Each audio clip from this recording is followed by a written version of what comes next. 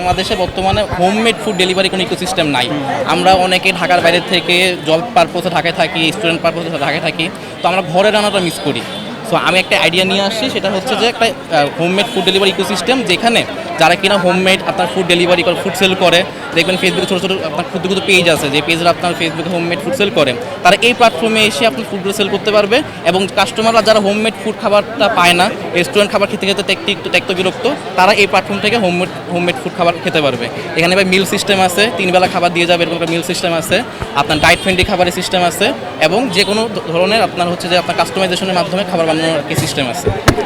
চমৎকার, দোয়া করবেন ভাই। ইনশাল্লাহ ইনশাল্লাহ। আর তোমার এটা শুরু করছো কখন থেকে? আমার অ্যাপটা ভাই রেডি হয়ে গেছে, প্লে স্টোরে আপনার আপলোডের প্রসেসিং চলতেছে।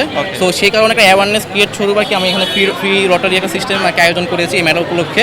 যারা কিনা আমার এই ওয়েব আপনার হচ্ছে অ্যাপের মধ্যে আপনার অ্যাকাউন্ট খুলবে, তারা একটা রটারি করে পাচ্ছে।